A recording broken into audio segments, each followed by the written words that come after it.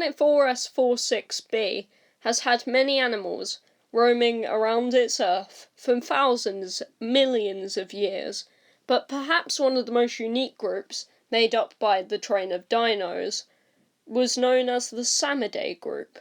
This included many diverse members and had a great legacy on the ocean, so today I'll be covering its journey to become the dominant ocean life. Join us as we talk about the evolution, the widespread descendants, and the legacy of the water worms.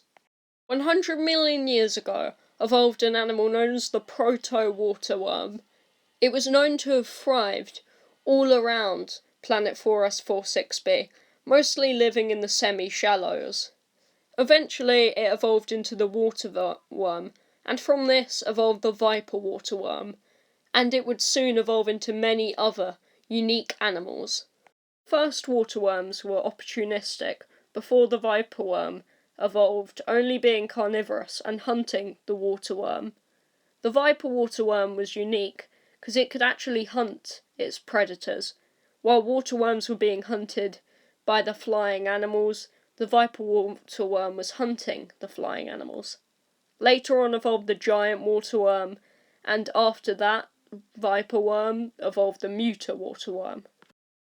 The water worm was known to have evolved into the dart water worm, which then evolved into the pencil water worm.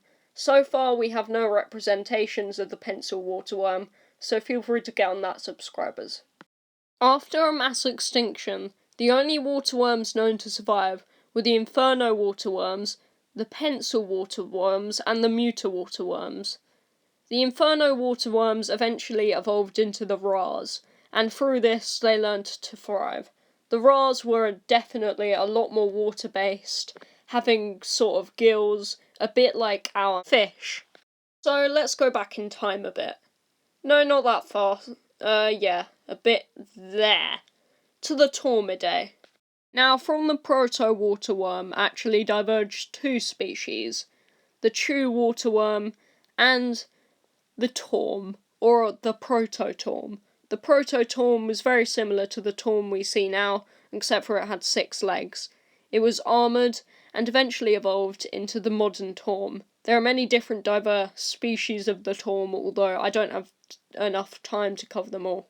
Torms are the apex predators in the area of the Carmack stench, feeding off any creature that happens to go unconscious. The torm is generally not hostile to humans, although some of the species are known to attack them when they are sleeping or unconscious. Thanks for watching this video.